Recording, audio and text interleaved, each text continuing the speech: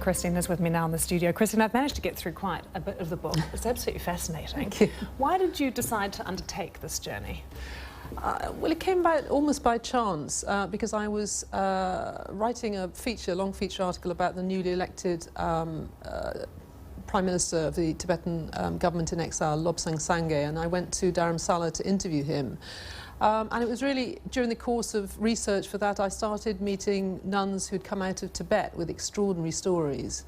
And I had originally intended to go back and interview them, write about them, but then I started researching more about Buddhist nuns in other parts of the world, and I just uncovered this extraordinary world of strength and wisdom and just women from extraordinary backgrounds, all sorts of different backgrounds, and I decided, you know, I had to write about it, and it became a book. They live a life that few of us could probably imagine living. Yeah. Was there something about the nuns that you met right around the world? Was there something that they all had in common?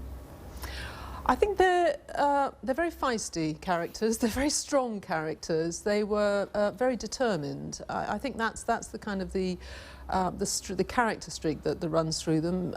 Some have gone through quite difficult life experiences, and they've come to it after a loss or some sort of something that really makes them stop and take stock of their lives. And these pictures are wonderful, Christine, because it's not what we expect to see nuns doing kung fu in Nepal. Yeah. Tell us about meeting them. This is where I started the journey, and I was always determined that is where the story was going to start, because it's in Nepal, which is where the historical Buddha was born in what is now southern Nepal, was then India.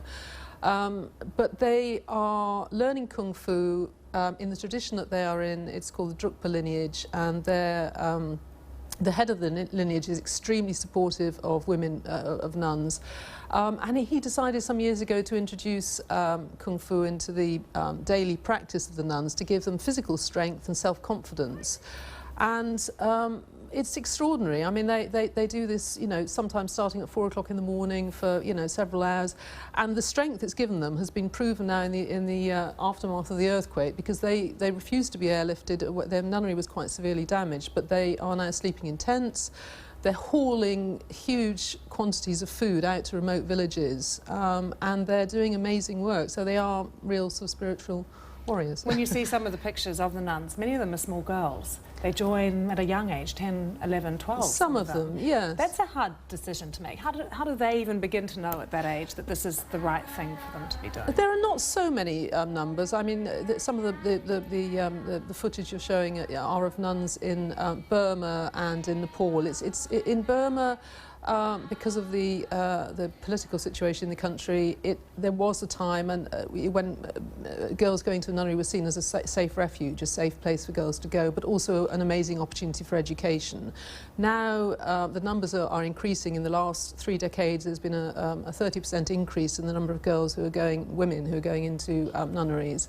In some communities like Nepal, they will be taking in orphans or girls who are coming from difficult situations, or parents who feel that this is going to give them an amazing opportunity for an education, but it's still, you know, it's still quite rare.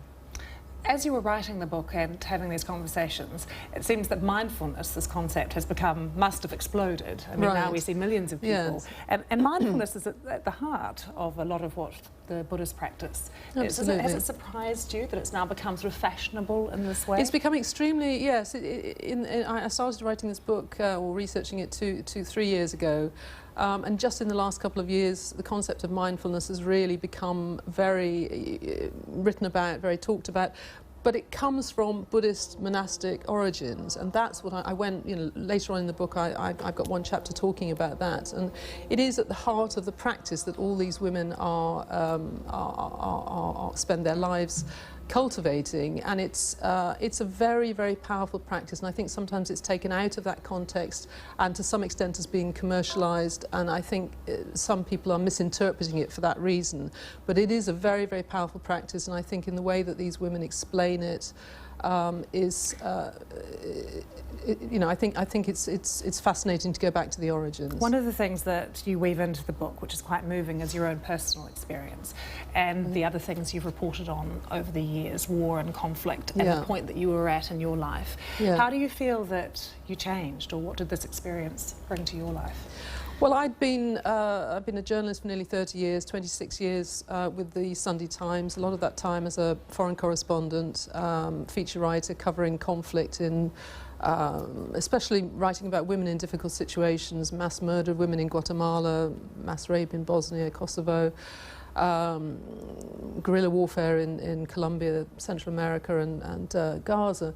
And I think I was drawn to this subject because it's the opposite. It's talking about peace. It's talking about very strong, powerful, wise women who are dedicated to cultivating peace. And I think that I came to this book at a point when both my parents had died quite suddenly, and I was asking different questions. I was asking deeper questions, and these women are giving much deeper answers about life. Christine, thank you for joining us. It's a lovely read. Thanks for being with us on GMT.